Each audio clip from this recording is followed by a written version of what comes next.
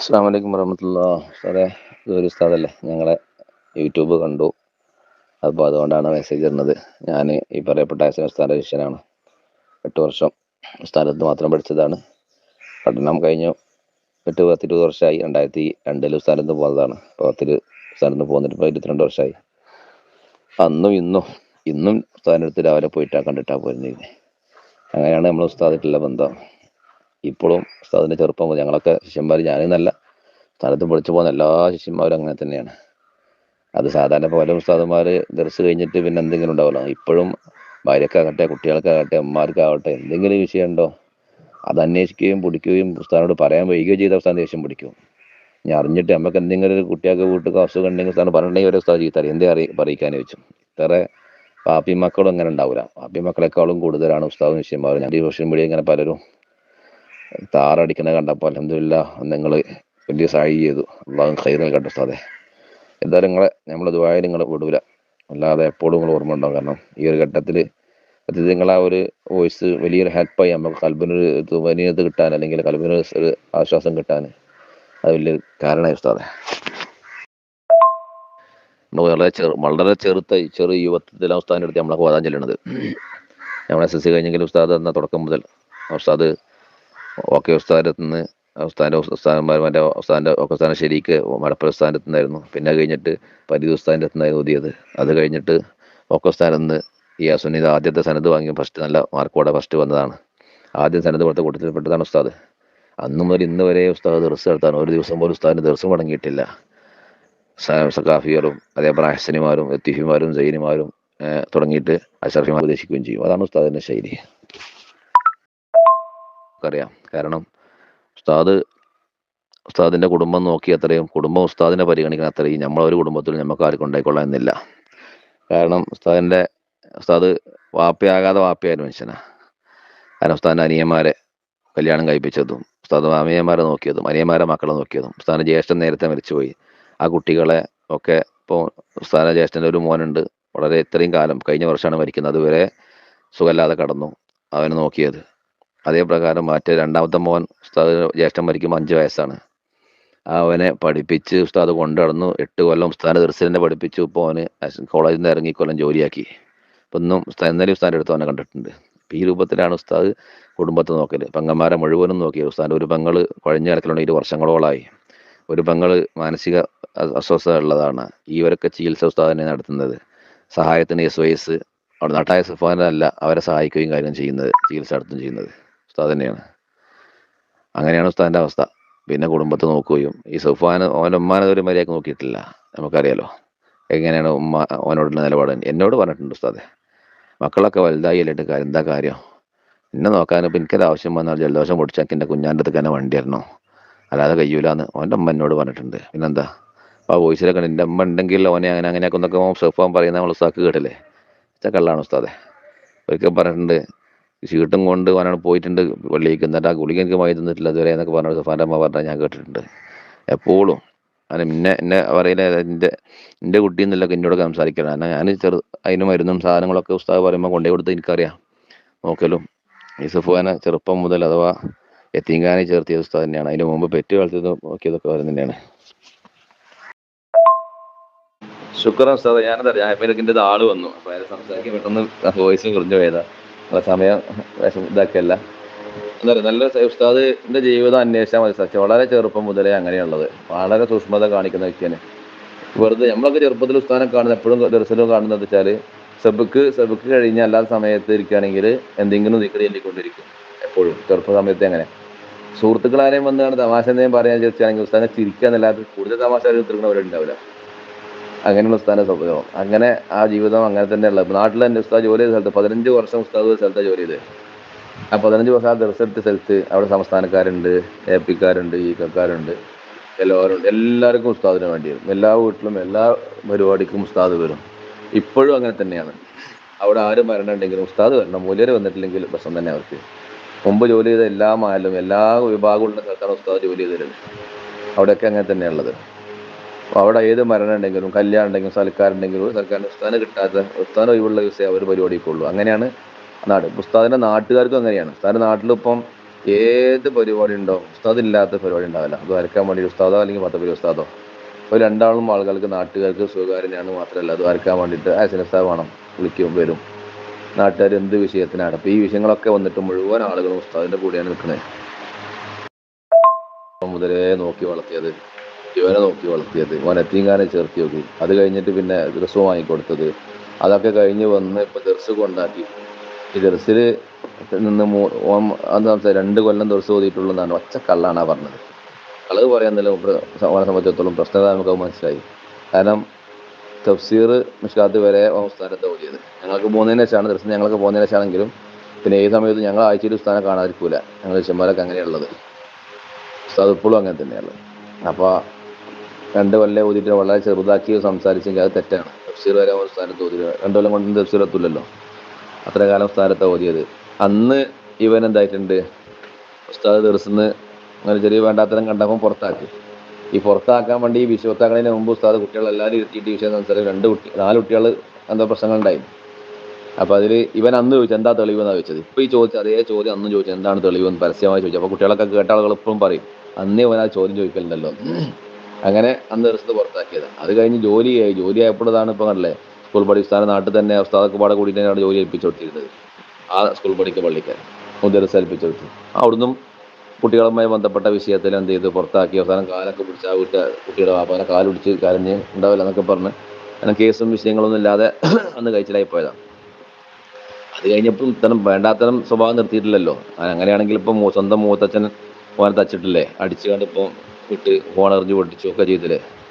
ചെയ്ത കാടത്തരൊക്കെ ആലോചിച്ച് നോക്കുമ്പോൾ വലിയ പ്രശ്നമാണ്. എന്നിട്ട് അതിന് ശേഷം അവനെ പറഞ്ഞേക്കാം. അപ്പം മൂത്തച്ഛൻ്റെ അവൻ്റെ ഭാര്യയുടെ ജ്യേഷ്ഠത്തിയൊക്കെ വന്ന സമയത്ത് പറഞ്ഞേക്കുന്നുണ്ട് ഹോസ്പിറ്റലിൽ. പിന്നെ നമ്മൾ കണ്ടിട്ടില്ല, പറഞ്ഞു കേട്ടതാണ്. മുത്തച്ഛിയും ചെറിയ കുട്ടികളും ഉമ്മാനെ കാണാൻ വന്നപ്പോൾ ഇവനും ഭാര്യ അവിടെ ഉണ്ട്. എൻ്റെ ഉള്ളിൽ നിർത്താൻ അയച്ച സെക്യൂരിറ്റിൻ്റെ വിട്ടുണ്ട്. ഉള്ളിൽ നിർത്താൻ അയച്ചതെന്ന് മാത്രമല്ല ഇവർ രാത്രിയല്ലേ ആ തായരിയിൽ ചെറിയ കുട്ടീനെ വെച്ചിട്ട് എന്ത് ചെയ്തു ആ തണുപ്പിൽ കിടക്കേണ്ടി വന്നു. ഓനും ഭാര്യയും ഉമ്മാൻ്റെ അടുത്ത് റൂമിനുള്ളിലും കടന്നു. അങ്ങനെ അത്ര ക്രൂരത എന്നുള്ളത് കൂടപ്പുറപ്പാണ്. എന്തെങ്കിലും വാശിയും വൈരാഗ്യം വന്നു കഴിഞ്ഞാൽ ഉസ്താദ് അവനെ നോക്കി അത്ര നമ്മൾ ആരും നോക്കിയിട്ടുണ്ടാവില്ല. കാരണം അത്ര ചെറുപ്പത്തിൽ ഇങ്ങനെയൊക്കെ ആയിട്ട് ഇങ്ങനെ ദിവസം പുറത്താക്കിയെന്നില്ല. പിന്നെയോ ഉസ്താദിന്റെ വീട്ടിൽ തന്നെ നിൽക്കലുണ്ടാവുക. ആ നൃത്ത ഉസ്താദിന്റെ വീട്ടിൽ തന്നെ നിൽക്കലും ഉസ്താദിന്റെ ഓനെ കല്യാണം കഴിപ്പിച്ച ഉസ്താദാണ്. അതിന്റെ ഉസ്താദിനെ അവനെ പെണ്ണുങ്ങളെ കൂട്ടിക്കൊണ്ടുവന്ന ഉസ്താദിന്റെ വീട്ടിലേക്കാണ്. അത് കഴിഞ്ഞ് പ്രസവം കഴിഞ്ഞിട്ട് ഉസ്താദിനെ നമ്മൾ പറഞ്ഞ ഓർമ്മയുണ്ട്. പിന്നെ ഓന് വീടില്ലാണ്ട് കാര്യമല്ലോ. അപ്പോൾ പ്രസവം കഴിഞ്ഞ ഒരു മര്യാദയാണ് നമ്മൾ കൂട്ടിക്കൊണ്ടുവന്നത്. അത് പോയി കൂട്ടിക്കൊണ്ടിട്ട് ഉസ്താദിന്റെ വീട്ടിൽ തന്നെ 95 ഓനെയും കുട്ടിനെയും ഓനെ പെണ്ണുങ്ങളെയും കുട്ടിനെയും കൊണ്ടുവരുന്നത്. ഇപ്പൊ ആക്സിഡന്റ് നടന്നു. ഉസ്താദും പെണ്ണുങ്ങളാണ് ഓന്റെ കുട്ടീനകത്ത് അവിടെ കാവലിക്കണത്. ഓന് അമ്മായിമാനൊക്കെ ആയിട്ട് പുറത്തു പോയി ഉള്ളത് ഈ രാത്രിയും പകലിനും. ഉസ്താദിനെ അങ്ങനെ നോക്കി വളർത്തി. മാത്രമല്ല ഉസ്താദ് അവന്റെ ഉയർച്ചയ്ക്ക് എതിരാണെന്ന് അവൻ പറഞ്ഞൊരു വാക്കുണ്ട്. അതൊക്കെ എത്രത്തോളം നമ്മളൊക്കെ നെഞ്ചിൽ കൊണ്ടുവച്ചാൽ വല്ല സഹിക്കാൻ പറ്റാത്ത. കാരണം ഇവൻ ഇങ്ങനെയൊക്കെ ഇപ്പൊ ഈ അരവിന്ദ് രാവിന്റെ ഓഫീസ് ഉദ്ഘാടനം നടന്നല്ലേ സ്ഥലം അതിന് ഉസ്താദ് പങ്കെടുത്തിട്ടുണ്ടല്ലോ. പിന്നെ ഉസ്താദിന്റെ മക്കൾ യാസീൻ അദനി, ഉസ്താദിന്റെ മകൻ ഒരു ഇബ്രാഹിം ബാദ്ഷാ ഹാഫിള്, ഇവന്റെ എല്ലാ ലൈവിലും പങ്കെടുക്കാറുണ്ടായിരുന്നല്ലോ. ഈ ഹാഫിളായ കുട്ടി റമദാൻ 30 ദിവസം സഫാന്റെ കൂടെ ലൈവിന് പാട്ടും ഒരു പൈസ വാങ്ങിയിട്ടോ ഒരു പ്രതിഫലം വാങ്ങിയിട്ടോ അല്ല എന്നും പോലെ ആ നിലക്ക്. അങ്ങനെയാണെങ്കിൽ ഉസ്താദിന് അവനോട് ചോദിച്ചിട്ടുണ്ടെങ്കിൽ ഉസ്താദിന്റെ മക്കളോട് പോകേണ്ട അറിയില്ലേ? ഉസ്താദ് പറഞ്ഞാൽ കേൾക്കാത്ത മക്കളല്ല ഉസ്താദിനുള്ളത്. ഉസ്താദിന്റെ കൂടെ എപ്പോഴും ഞാൻ കുട്ടികളാ. പക്ഷെ ഉസ്താദ് അവനാന്റെ കുട്ടികൾ പൊന്തിക്കോട്ടെ എന്നുള്ള കാഴ്ചപ്പാടാണ് ഉസ്താദിനുള്ളത്. പക്ഷെ ഇവൻ ഈ പറഞ്ഞ വാക്കുകൾ ഇതും അവൻ വരും സമ്മതിക്കുകയോ ചെയ്തു പോയതാ. പിന്നെ ഇപ്പൊ പെണ്ണുങ്ങൾ തിരിച്ചു പറയാൻ തയ്യാറാകണ വരെ ഇവൻ ഇതൊന്നും പ്രശ്നം ഉണ്ടാക്കിയിട്ടില്ല. ഇവിടെ തിരിച്ച് അതിന് മുമ്പിട്ട് വോയിസൊക്കെ കേട്ടില്ല, പെണ്ണുങ്ങളെ വോയിസൊക്കെ. അതൊക്കെ ഇപ്പൊ അതിൽ പറയണില്ലേ, രണ്ടാളും കുടുങ്ങോലെ നമ്മള് കുടുങ്ങോലെ എന്താ കാട്ടുക എന്നൊക്കെ പറഞ്ഞ് കാട്ടുന്നത്. പിന്നെ പെണ്ണുങ്ങൾ തിരിച്ചു പറയാൻ തയ്യാറ്. നിയമം അങ്ങനെ തന്നെയല്ലേ. തിരിച്ചു പെണ്ണ് പറഞ്ഞാല് പിന്നെ വേറെ പ്രശ്നങ്ങളൊന്നുമില്ലല്ലോ ഉസ്താദെ. അത് പറഞ്ഞപ്പോ എന്ത് ചെയ്തു, ഇവൻ തിരിച്ച് ഉസ്താദിനെതിരെ ചീത്ത അറിയാൻ തുടങ്ങി. പ്രിയപ്പെട്ട സുഹൃത്തെ, കാര്യങ്ങളാ മനസ്സിലാക്കുന്ന പോലൊന്നല്ല. ഇവ ഈ സഫ്വാന് പറഞ്ഞല്ലോ, പിന്നെ ഉസ്താദിന്റെ അടുത്ത് 2 കൊല്ലാണ് ഓതിക്കണത്. എന്ത് വർത്താനാണ് പറയുന്നത്? നിങ്ങളൊന്ന് ആലോചിച്ച് നോക്കി. ഞാന് പിന്നെ പണ്ടൊരു കോട്ടക്കുന്നുമ്മക്ക് ഉസ്താദിന്റെ അടുത്തേക്ക് ഓതാൻ പോകുമ്പോൾ അന്ന് സഫ്വാൻ അവിടെ ഉണ്ട്. പിന്നെ സഫ്വാൻ ഉസ്താദ് ദർസിന്ന് പുറത്താക്കിയതാണ് ചില പ്രത്യേക കാരണങ്ങളാൽ.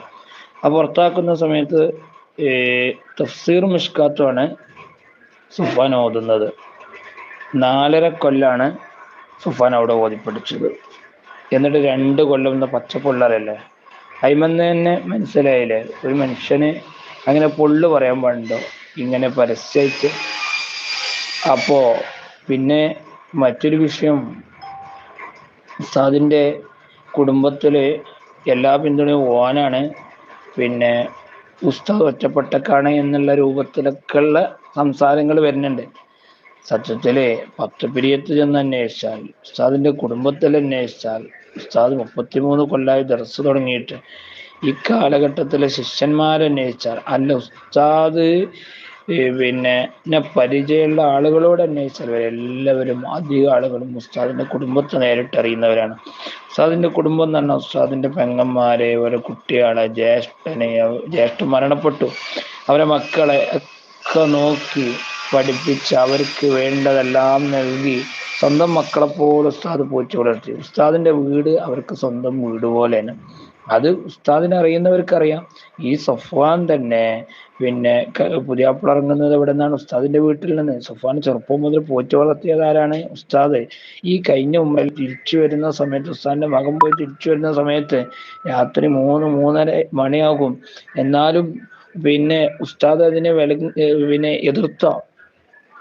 ഉസ്താദിനും അവന്റെ അവന്റെ പരിപാടികൾ തകർക്കണം എന്നുള്ളൊരു കരുത്തുണ്ടെച്ചെങ്കിലേ ഉസ്താദ് പിന്നെ അതിനെതിർക്കുമായിരുന്നില്ലേ?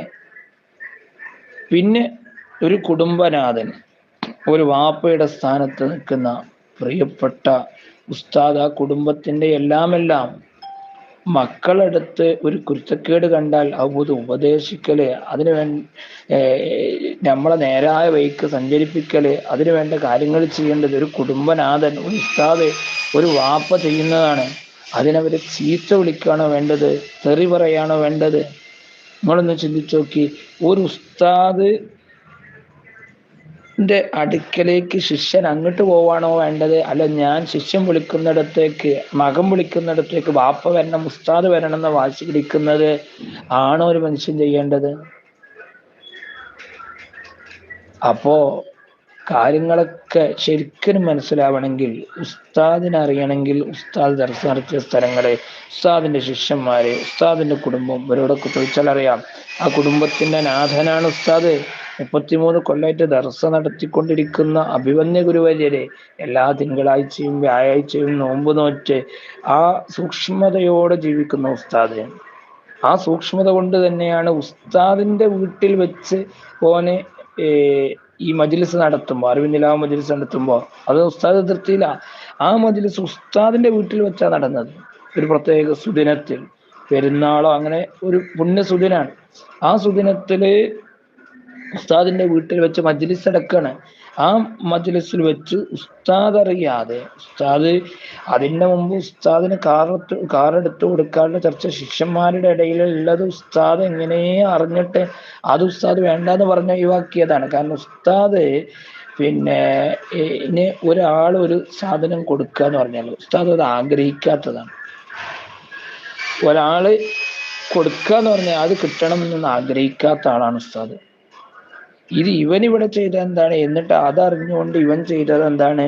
ഈ മജ്ലിസിൽ വെച്ച് ഇത്രയും ആളുകൾ, 10,000-കണക്കിന് ആളുകൾ ഈ ഓൺലൈനിൽ കണ്ടുകൊണ്ടിരിക്കെ ഇതിന്റെ ചാവി കൈമാറാണ്. കുടുംബത്തിന് പറഞ്ഞാണ് ചാവി കൈമാറാണ്. ഉസ്താദ് പറഞ്ഞു അക്കാർക്ക് വേണ്ട എന്ന് പറഞ്ഞു, ഉസ്താദ് ഒഴിവാക്കി. ഉസ്താദ് ആ കാറ് വാങ്ങിയിട്ടില്ല, ആ കാറിൽ സഞ്ചരിച്ചിട്ടില്ല. അത്രയും സൂക്ഷ്മതയോടുകൂടെ കാര്യങ്ങൾ ഉസ്താദ് ചെയ്യുന്ന ഒരാളാണ്. ആരുടെ അടുത്ത്, ഇപ്പൊ ഞങ്ങളൊക്കെ ഉസ്താദിന്റെ മക്കളാണ്, ഉസ്താദിന്റെ കുട്ടികളാണ്. ഞാൻ ഉസ്താദിന്റെ അടുത്ത് 9.5 കൊല്ലം ഓതിയിട്ടുണ്ട്. അങ്ങനെ നമ്മൾ ആരടുത്ത് എന്തെങ്കിലും ഒരു കുറ്റക്കേട് കാണുമ്പോൾ അത് ഉപദേശിക്കൽ ഉസ്താദാണ്. ആ ഉസ്താദ് ഉപദേശിക്കുമ്പോൾ നമ്മളത് സ്വീകരിക്കൽ നമ്മുടെ കടമയാണ്. അതല്ലാതെ ഉസ്താദിനെ ചീത്ത പറയൽ ഏറ്റവും വലിയ കുറ്റക്കേടാണ്. അള്ളാഹു കാക്കട്ടെ. മക്കൾ ഉസ്താദിനെ ആപ്പാപ്പാന്ന് വിളിച്ചത്, അളാപ്പുള്ളവരും അമ്മോനായാലും എല്ലാവരും ആപ്പാപ്പാന്ന് വിളിച്ചത്. നമുക്കറിയില്ല. ഇപ്പൊ നമ്മൾ ഉസ്താദിന്റെ അയൽവാസിയല്ലേ, ഉസ്താദിന്റെ അടുത്ത് കുറെ പണ്ട് മുതൽ ഉസ്താദിനെ കാണാൻ തുടങ്ങിയല്ലേ.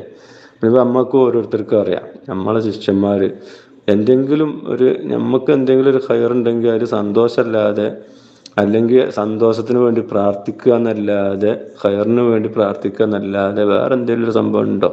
ഇപ്പൊ ഞാൻ ഈ പ്രാവശ്യം തന്നെ പോരുമ്പോ ഞാൻ 4 മണിക്കാണ് പെരയിൽ നിന്ന് ഇറങ്ങണേ. ഈ പ്രാവശ്യം പോരുമ്പോൾ 4 മണിക്ക്. അപ്പോൾ ഞാൻ ചെന്ന് ഇങ്ങനെ 4 മണിക്കാണ് പോരുന്നത് പറഞ്ഞപ്പോൾ ആയിക്കോട്ടെ സാരല്ല, ഞാൻ വരണ്ട് പറഞ്ഞു. ഉസ്താദ് 3:45 പെരയിലെത്തിയാണ്. അതാണ് അപ്പം അങ്ങനെയൊക്കെ. എന്നിട്ട് നമ്മളെ പിന്നെ ആദ്യം മന്ത്രിച്ചെന്ന് എൻ്റെ കുട്ടി നിറവച്ചപ്പോൾ ഓളം മന്ത്രിച്ച്, പിന്നെ തെല്ലാളിലൊക്കെ ചെല്ലി ദ്വാരന്ന് ഇറങ്ങുമ്പോൾ ഇനി ഉസ്താദ് പറയാ രാത്രി കുറിച്ച് ഓതികളാ. നമ്മക്കിപ്പോൾ ഉസ്താദിനിപ്പോൾ ഒരു സാധാരണ ഒരു ദ്വാരക്കാൻ വരുന്ന ആൾക്ക് ഇപ്പം അങ്ങനെയൊന്നും പറയേണ്ട ആവശ്യമില്ലല്ലോ. സ്റ്റെപ്പുമെന്ന് ഇറങ്ങാൻ നേരത്തെ ഉസ്താദ് പറയാം ഒരു ആയത്തിൽ കുറിച്ച് ഓതികളാണ്. അപ്പോൾ ആ കോതി ഞാൻ പോയിട്ടാണ് ഉസ്താദ് പരിന്ന് പോണേ. അപ്പോൾ അതൊക്കെ ഇപ്പം ഓരോരുത്തർക്കും ഓരോ തോന്നല. ഇപ്പം ഈ പറയുന്ന ആൾക്കാരൊക്കെ അങ്ങനെ തന്നെയാണ്. പിന്നെ എങ്ങനെ ഓരൊക്കെ മാറിയത് ഇപ്പം നമുക്കറിയില്ല. ഇപ്പം അടുത്ത ആക്സിഡന്റ് ഉണ്ടായ സമയത്തും അങ്ങനെ തന്നെ. ഞങ്ങളുടെ നാട്ടിൽ എന്തോ ഒരു പരിപാടി ഉണ്ട് മരുവിൻ്റെ ശേഷം, ഒരു സുന്നത്തോമിൻ്റെ ദിവസമാണോ എനിക്കറിയില്ല. ഞാൻ എന്തോ ഒരു മരിച്ച ദിക്കറുണ്ടായിരുന്നു. അവിടെ നിന്ന് ഇങ്ങനെ ഉസ്താദ് ഇങ്ങനെ ഒരു ആക്സിഡന്റ് പറയുന്നതൊക്കെ ഉണ്ട്, എന്താ സാറിയില്ല.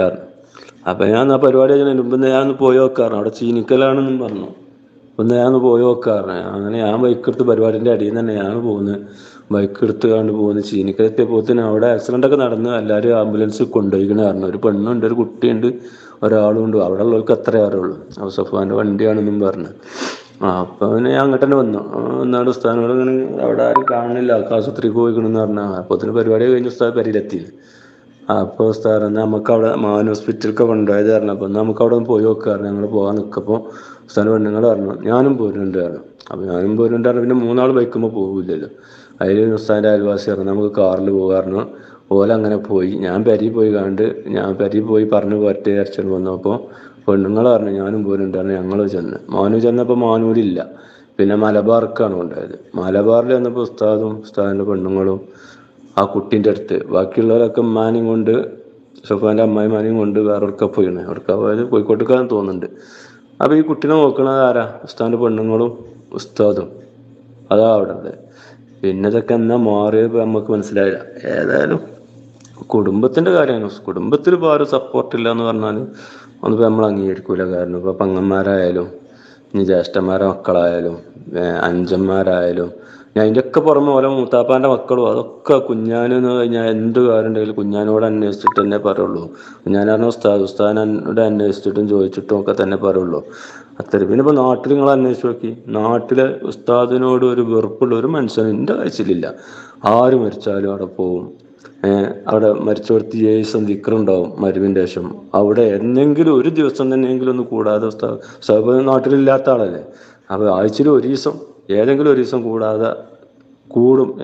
എവിടെ ആരും അതിൽ ഗ്രൂപ്പോ പാർട്ടിയോ ഒന്നും നോക്കാതെ ആരും മരിച്ചാലും ആ പന്തപ്പള്ളി മഹലിൽ പെട്ട ആളാണെങ്കിൽ അവിടെ ഒന്ന് പോകും. എല്ലാവർക്കും ഉസ്താദിന് നല്ല കാര്യമാണ്. അതേപോലെ സക്കാഫി അങ്ങനെ തന്നെ കേട്ടോ. സക്കാഫി അങ്ങനെ തന്നെയാണ്.